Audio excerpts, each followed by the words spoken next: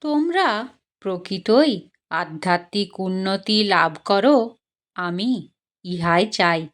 অধ্যাত্ম উন্নতি বলিতে আমি বুঝি বৃত্তির রূপান্তর। সকল বৃত্তি যখন ভগবৎমুখী হইবে, ভগবানের সেবাতেই বৃত্তিগুলি সতেজ উদ্বুদ্ধ থাকিবে, তখনই বুঝিবে অধ্যাত্ম পথে উন্নতি লাভ করিতেছ।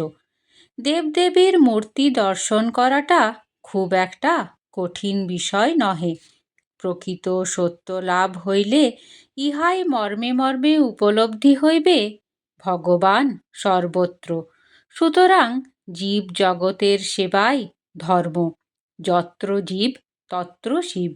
এই মনোভাব লইয়া জগতের সেবা করিয়া যাও।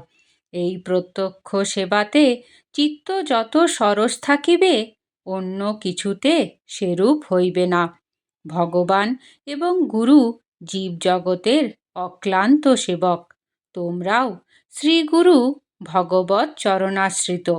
সুতরাং সেবাই তোমাদের জীবনের একমাত্র লক্ষ্য। জয় গুরু।